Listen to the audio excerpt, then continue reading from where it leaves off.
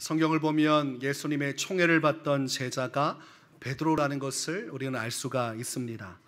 베드로는 그렇기 때문에 죽을 때까지도 예수님을 배신하지 않겠다, 그렇게 자신만만하게 얘기할 수가 있었습니다. 이 베드로에게 형제가 있는데 그의 이름이 안드레입니다. 안드레. 베드로와 안드레는 한 형제입니다. 안드레는 세례 요한의 제자로 있다가 예수님을 하나님의 어린 양이라고 증언하는 세례 요한의 말을 듣고 예수님의 제자가 되었습니다. 그래서 베드로와 안드레는 예수님의 제자로서 고기를 잡던 어부였다가 하나님의 말씀을 전하는 하나님의 사람으로서 평생을 헌신을 하게 됩니다. 오늘 본문 1절에 보니까 이 안드레와 베드로의 한 동네 사람으로서 빌립이라는 인물을 기록을 하고 있습니다. 그러니까 빌립과 이 안드레와 베드로가 한 고향, 한 동네 사람이었다, 이렇게 말씀을 하고 있습니다. 이들의 고향은 벳세다였다고 기록하고 있어요. 이 벳세다는 어부의 집이란 뜻입니다. 이 세 사람은 같은 지역 출신이고 또 그 안에서 같은 믿음을 가지고 예수님을 따르던 믿음의 사람들이었습니다. 오늘 본문에서 나오는 빌립은 우리가 사도행전 말씀에서 보는 빌립 집사와는 다른 것입니다. 예수님의 12 제자로서 하나님의 부르심을 받은 사람으로서 하나님의 역사를 이루어가는 그 내용들을 오늘 본문에서 기록을 하고 있습니다. 우리가 어린 시절에 고향을 떠올리면 사랑하는 사람들이 많이 떠오르지요. 그 안에서 함께 고향에서 자라나고 그곳에서 함께 교제하던 사람들이 머릿속에 아마 떠오르실 것입니다. 그런 관계 속에 있던 사람이 빌립과 안드레와 베드로였어요. 같은 어부, 그리고 같은 어촌에서 하나님의 말씀을 따라 그렇게 신앙의 중심을 가지고 있었다가 예수라는 하나님께서 보내신 메시아를 만나게 됨으로써 그들의 인생은 고기를 낚는 자들이 아니라 이제 사람을 낚는 어부, 영적인 어부로서 완전히 다른 인생을 살아가게 되는 것입니다. 그 초창기 때 빌립이 예수님을 만나게 되었어요. 그 마음속에 뜨거운 열망이 생겼습니다. 그러고 나서 이 빌립이 자기의 친구인 나다나엘을 초청하여서 그에게 예수님을 소개하는 내용, 그리고 예수님을 만나게 해주는 장면이 본문에 자세하게 기록되어 있습니다.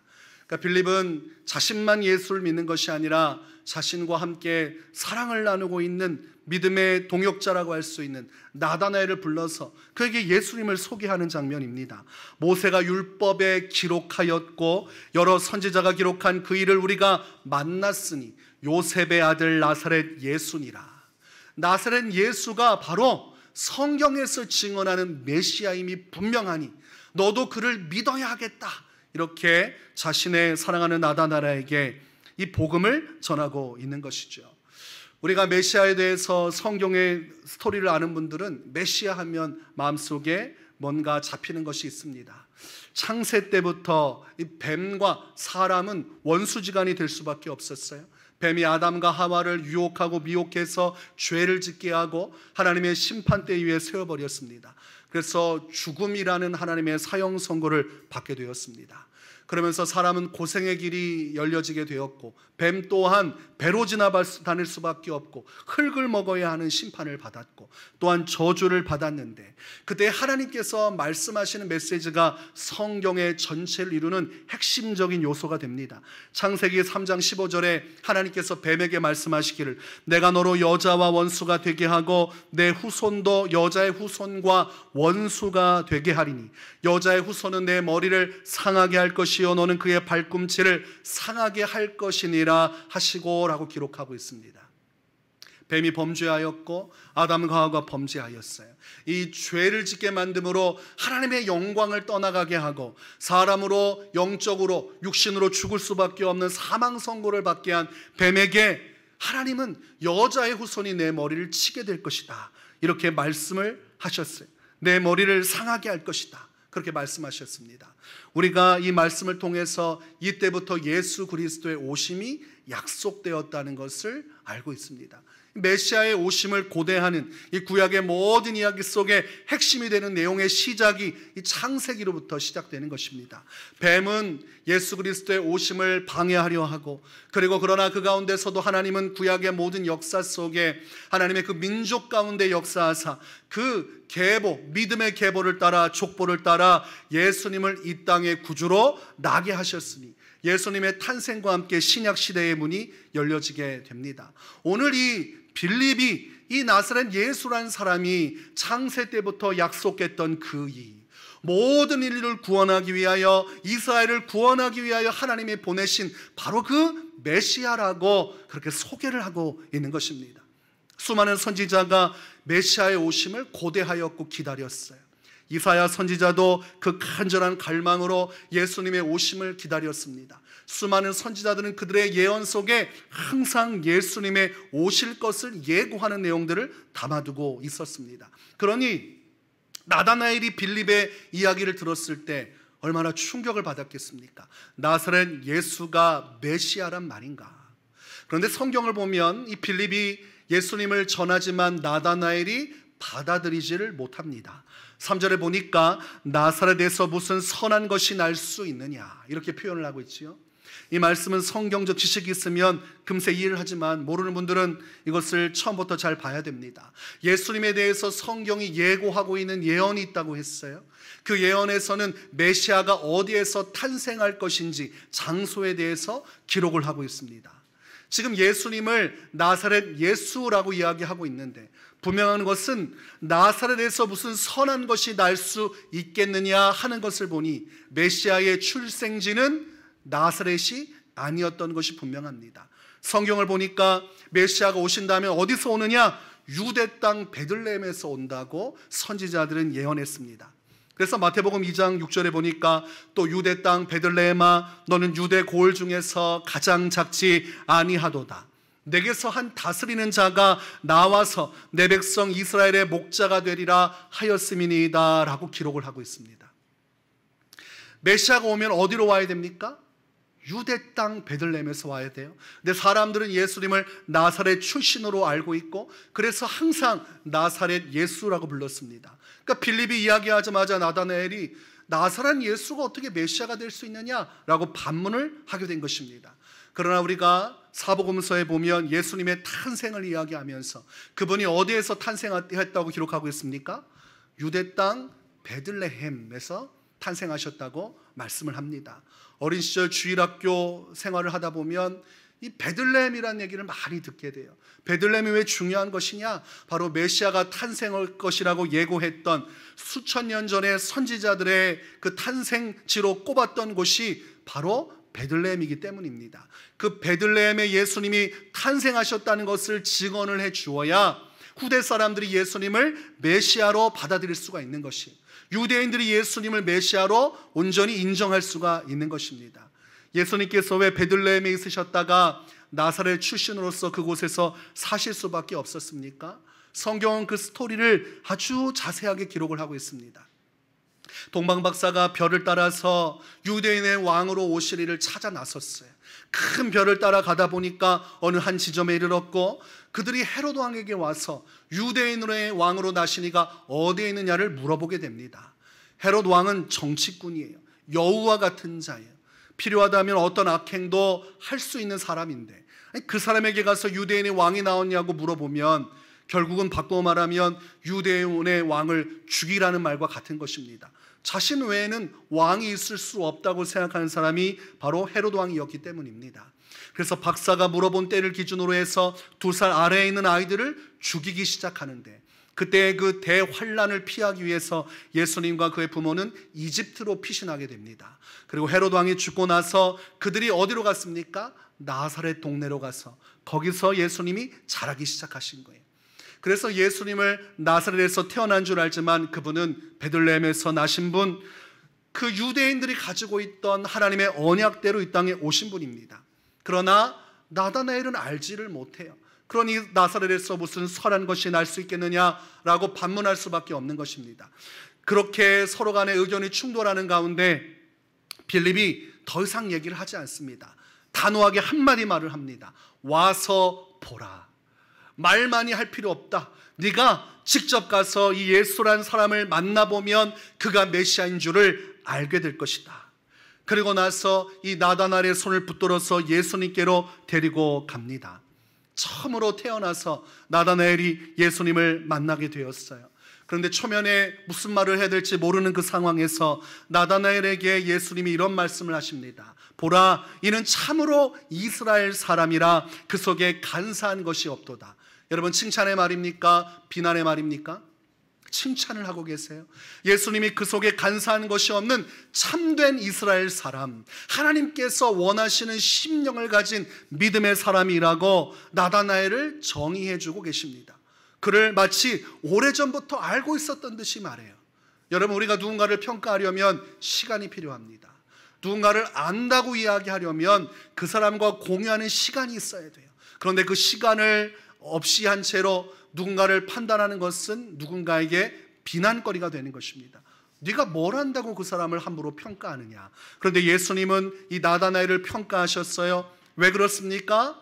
그를 알고 계시기 때문입니다.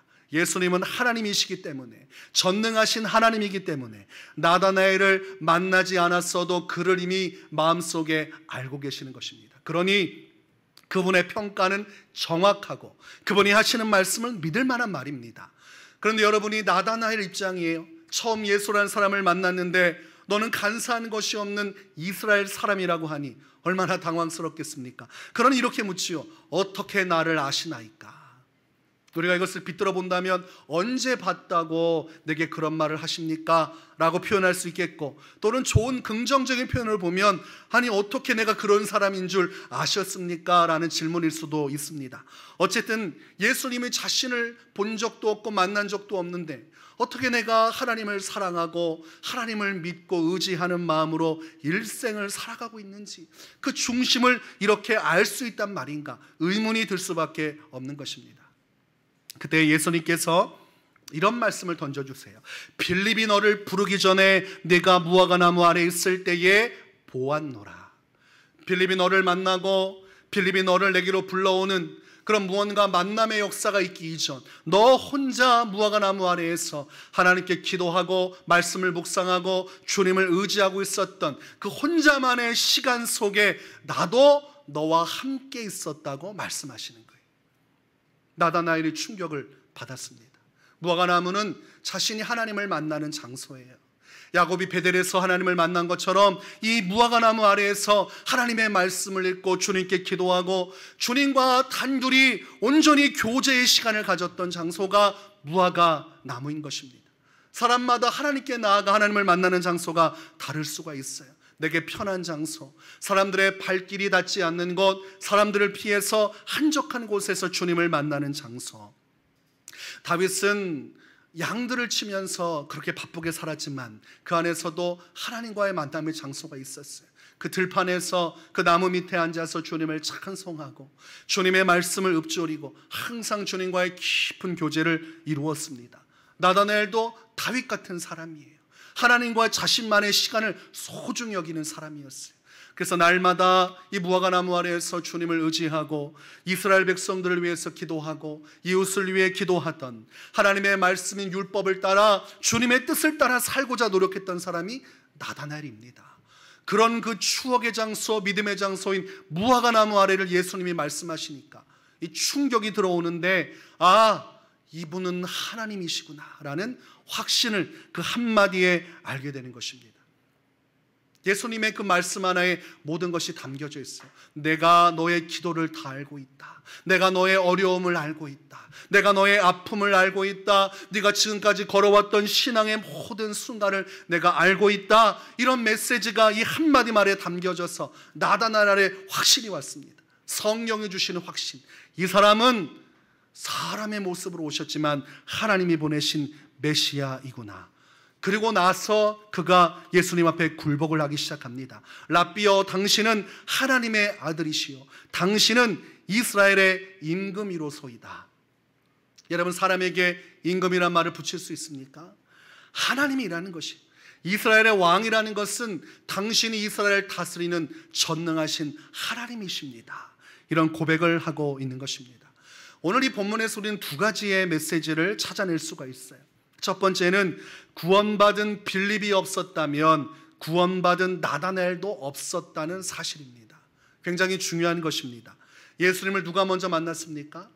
빌립이 만났어요.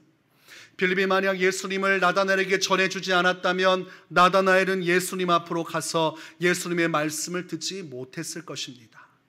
만약 한번 예수님을 전해놓고 나사렛에서 무슨 선한 것이 날 수 있겠느냐라고 반문하는 것에서 그냥 그쳤다면 나다나엘은 예수님을 만나지 못했을 것이, 그의 인생은 거기에서 끝이 났을 것이, 그가 예수님을 유대인의 왕이라고 고백하고 그가 이스라엘의 구원자라고 말하지 못했을 것입니다.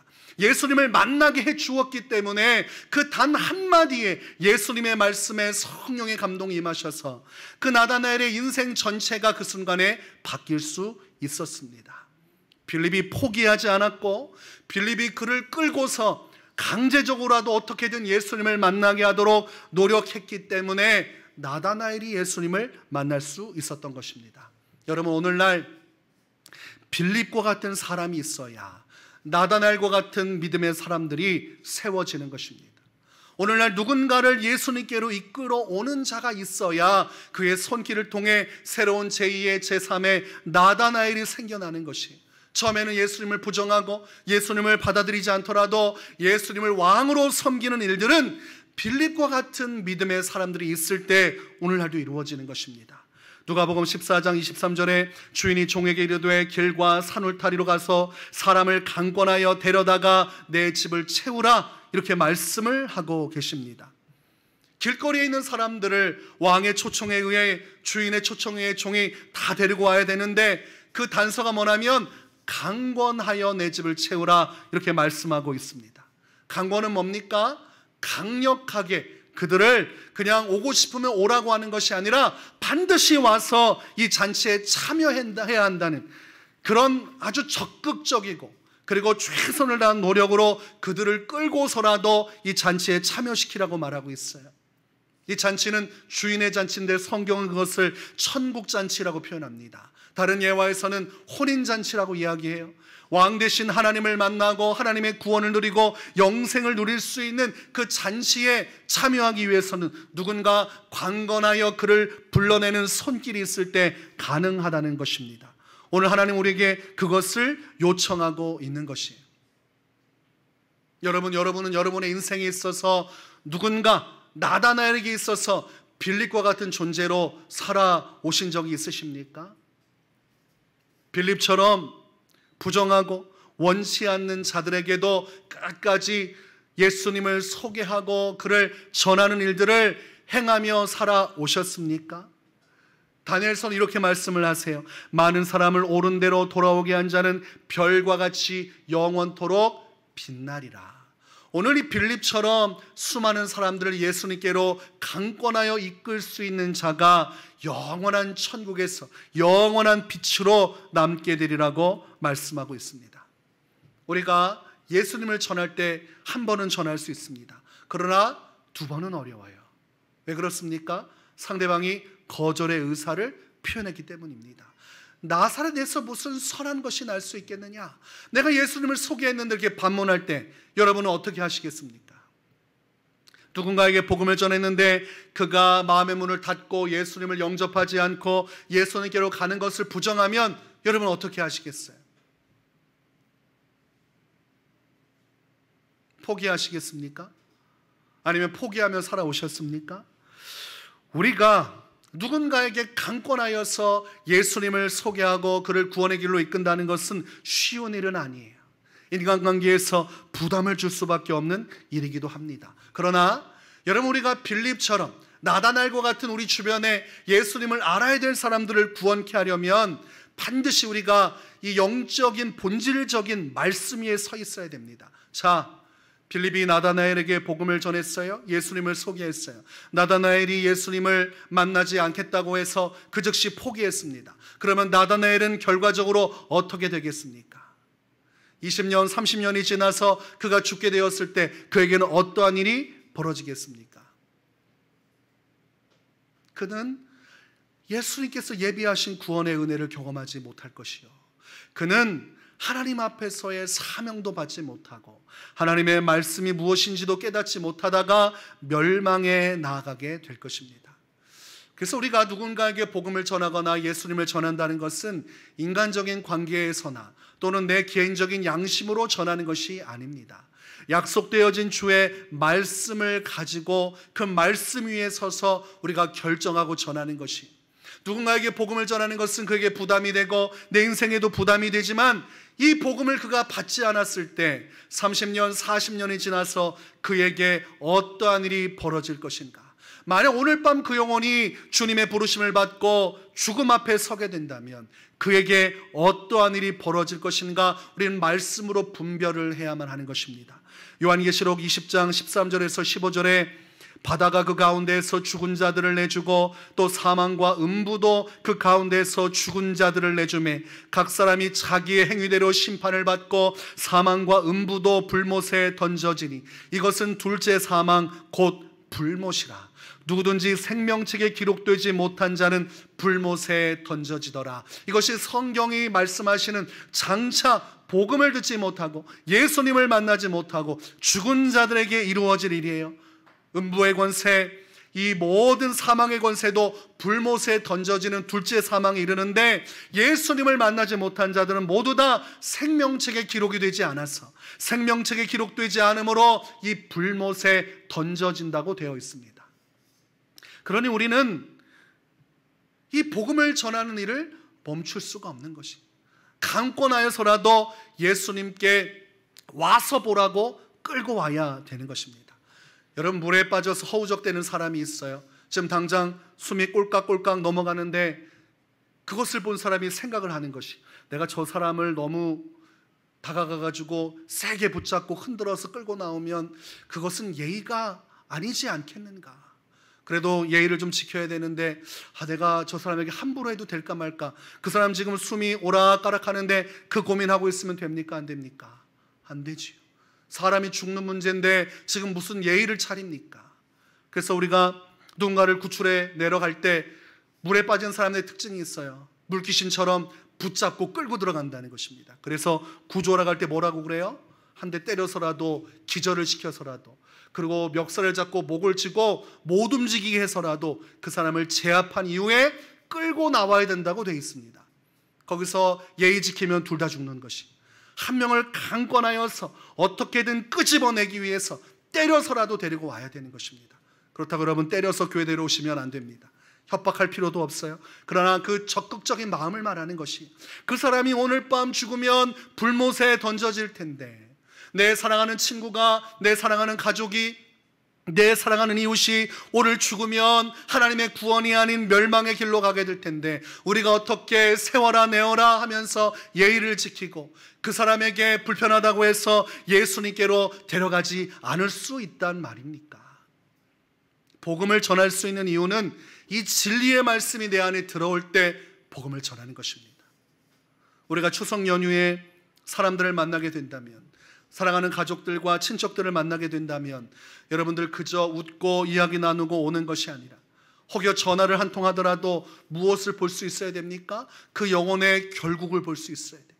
내가 먼저 예수를 만나서 구원의 은혜를 입었고 내가 먼저 빌립처럼 예수님을 만났는데 이것을 전해주지 않아서 그 사람이 죽게 내버려 두면 이 얼마나 가슴 아픈 일입니까?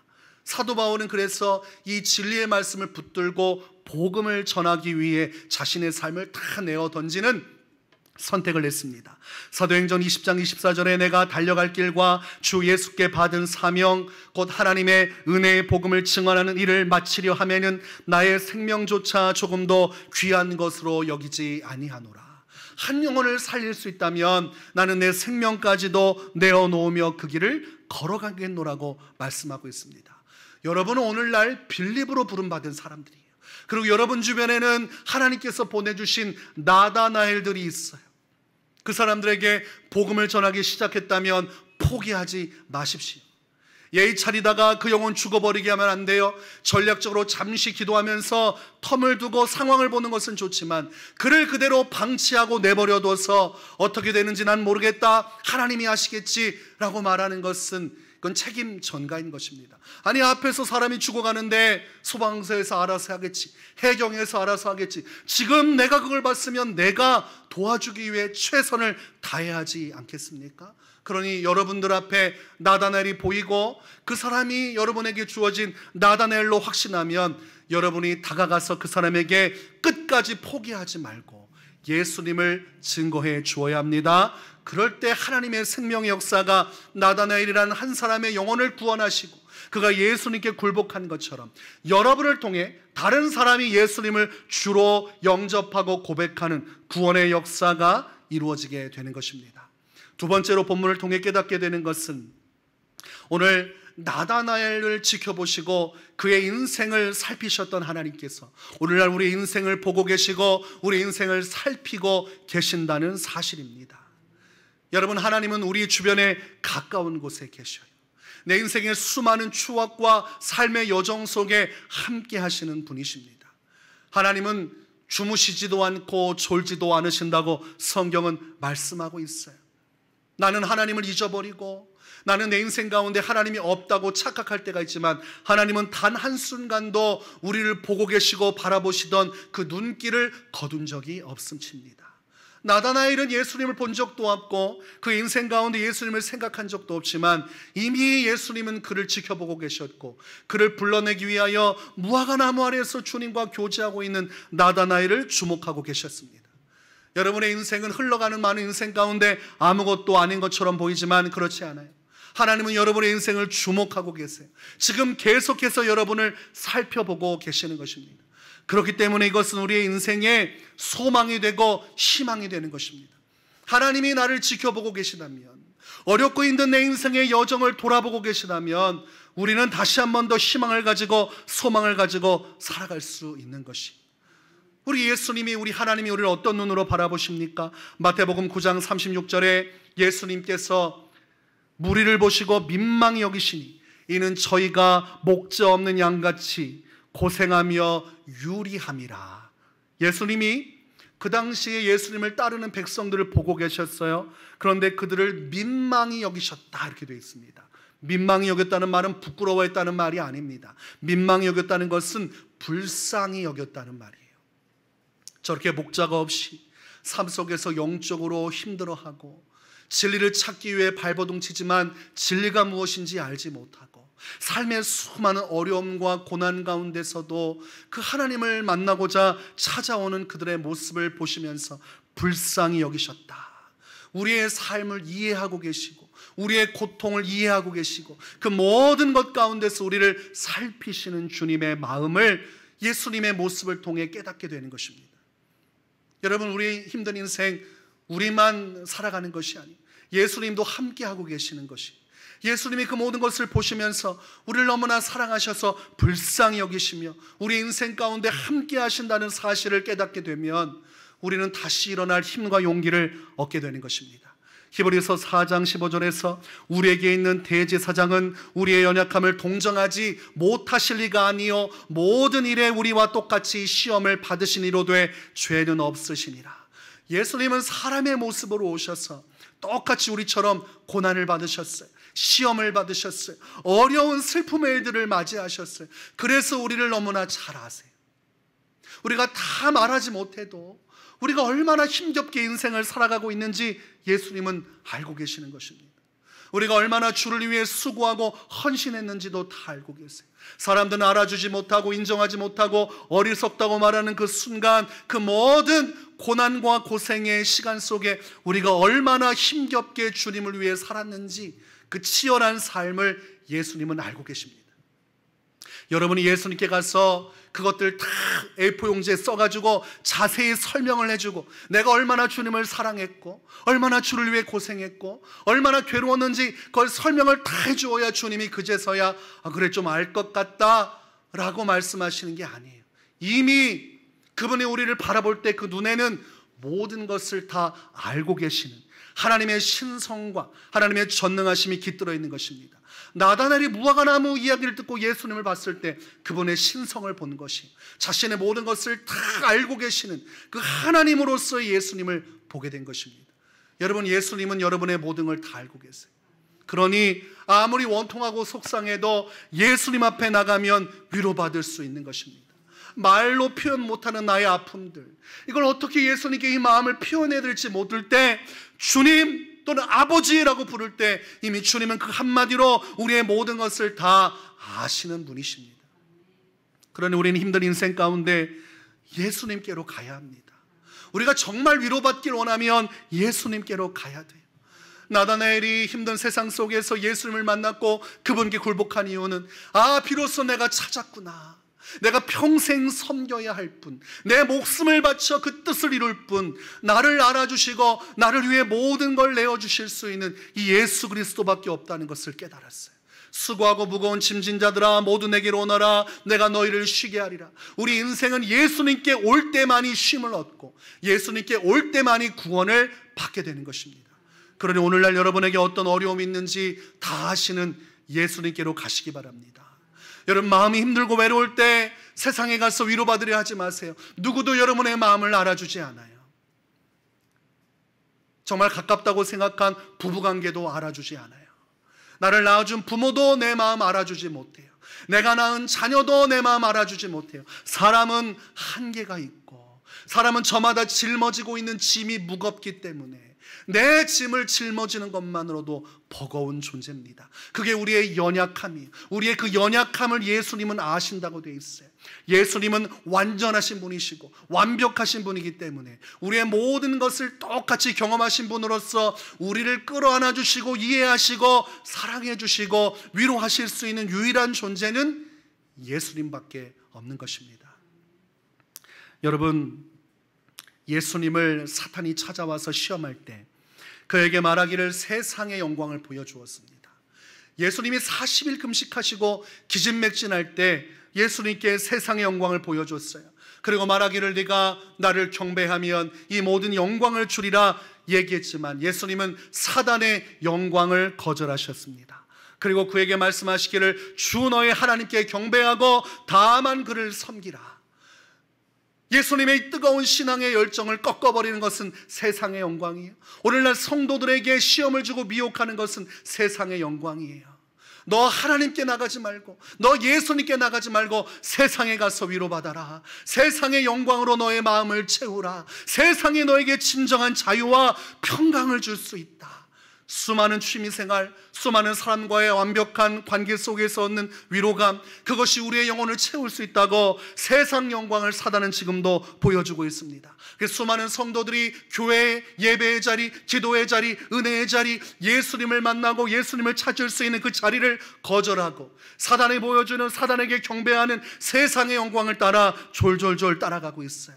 그러나 여러분, 탕자의 비유의 결과를 아시지요? 탕자가 세상에 가서 사랑받고 위로받기 원했어요.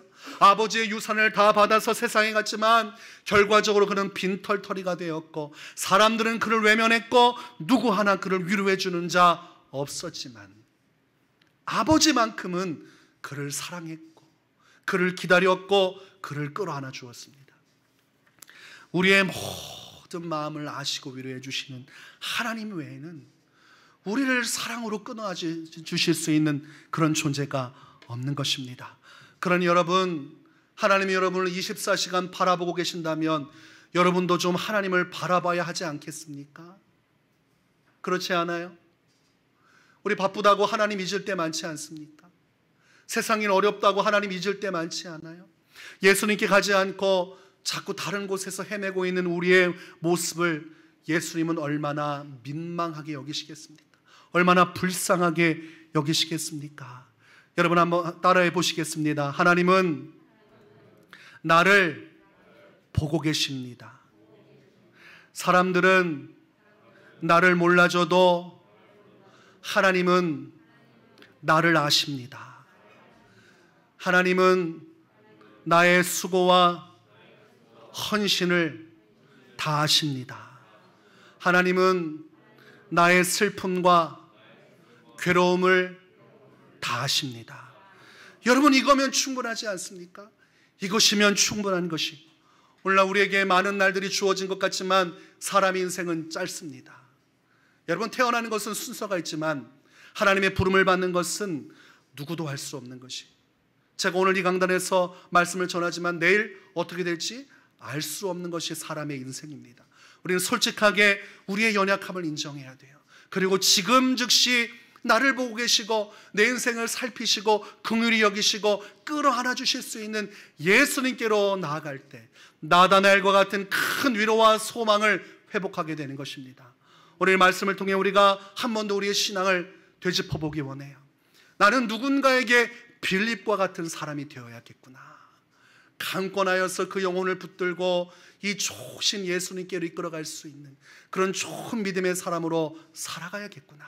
그리고 나를 바라보시고 나를 긍휼히 여기시는 예수님, 그 품 안으로 나는 언젠가 가게 될 것이라 말할 것이 아니라 지금 오늘 내 영혼을 가지고 주 앞에 나아가야겠구나.